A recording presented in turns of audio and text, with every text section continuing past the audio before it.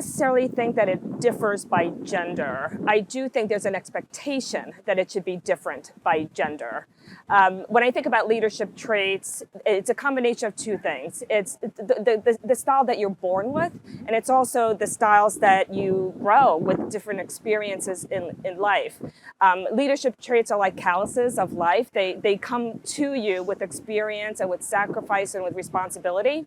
And when I think about the exact words, I would say humility, the ability to lead from behind, not being the smartest person in the room. I believe that a great question is better than a mediocre answer on any day. And I think there's something very strong in not necessarily always having the right answer. Because honestly, most of us don't have the right answer, right? So I think a combination of humility, a combination of being a perpetual student, extraordinary curiosity, and honestly, asking a good question over ill-informed answers. Well, I love that. That's amazing. That's amazing. And it sets me up nicely for my next question, because you are a part of shaping the leaders of tomorrow, right? So we have this new generation of leaders that are sort of today's workforce. They want a different kind of contract with their employers, I think, than maybe was the case 10 or 15 or 20 years ago. More work-life balance, feeling like they work for companies with a sense of purpose, measurable commitment to diversity, to equity, to inclusion. Yeah. So how do you model that as a leader? What kinds of behaviors do you demonstrate that are going to set those employees up to be leaders tomorrow? Yeah. There was someone had said to me, it was a quote from someone who was a woman of color, and the question was asked to her, what is your legacy? What is your legacy? And her response was brilliant. She said, my legacy is that I take this seat firmly and I hold on to it for people who look like me. And I think there's something very special about that in terms of representation doesn't happen with a single show up.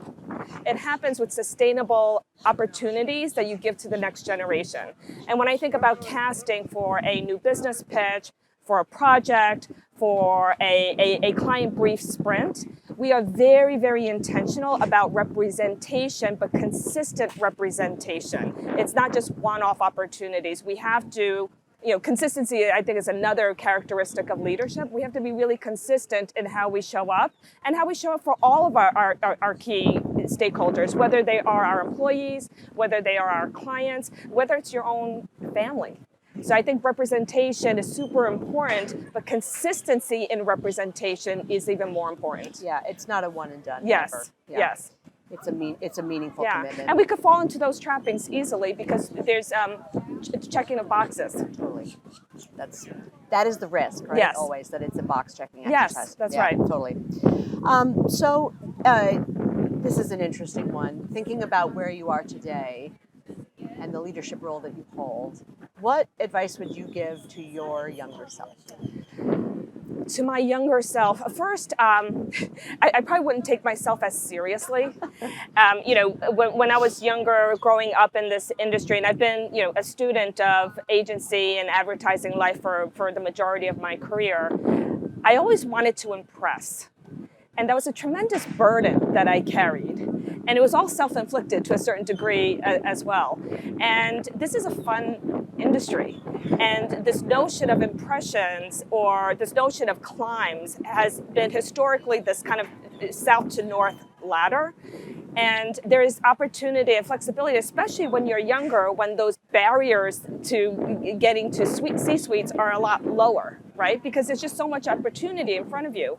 I wish I didn't take myself so seriously when it came to having to impress, having to take on the next career step, having to look at what is my next level in an ambition. This is a fun industry that we work in, and sometimes I think we put so much pressure on what success looks like in the traditional sense that we often forget the kind of the environment that we're working in. I also love working with brilliant people and brilliant people are all around us in this industry. Yes. Back Yes. to being a student. Yes, exactly, Yeah. exactly. That's And exactly I right. think that the comment around not always having to be the smartest person in the room, Yeah, I think that's excellent. I've had that same struggle. yeah. I definitely had that struggle. In my Well, I have to teens. tell you, it's like a default setting. Oh, it is totally. It's a default setting and it's a learned muscle, right? Totally. Because again, to the point of impressing, you feel like you always, if you go into any circumstance, whether it is in a pitch circumstance, a client meeting, a town hall, if you go into it with the objective of, I need to impress, Yeah.